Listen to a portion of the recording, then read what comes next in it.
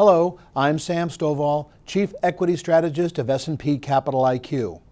In this week's IPC notes, found on www.getmarketscope.com, I discussed our outlook for the S&P 500 from a fundamental and technical perspective.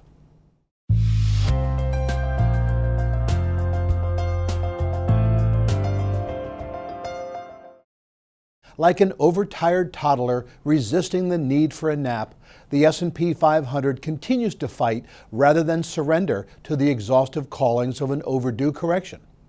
Encouraged by a rebound in first quarter earnings growth expectations, combined with a stair-step ascent in economic growth, punctuated by a much stronger than expected increase in April payrolls, the S&P 500 and Dow Jones Industrial Averages are either near or at all-time highs. Fundamentally, Capital IQ reports that Wall Street analysts are now projecting Q1 operating earnings per share for the S&P 500 to have risen by more than 2%, up markedly from the 1.2% decline anticipated just a short time ago and the 0.4% rise expected on April 1st.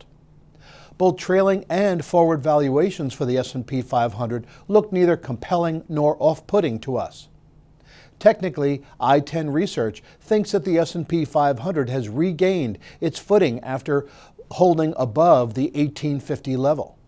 This move higher was supported by the Dow, but not the NASDAQ or small-cap stocks. They think the S&P 500 will set new all-time highs, but expect upside gains to be muted should the NASDAQ and small-cap issues continue not to participate. Gold, however, has failed to move down in earnest since the break back below 1,300. Their target remains between 1,233 and 1,258, but a move above 1,306 would likely lead to a test of the resistance zone at 1,350 to 1,344. I'm Sam Stovall, and I'll talk with you again next week.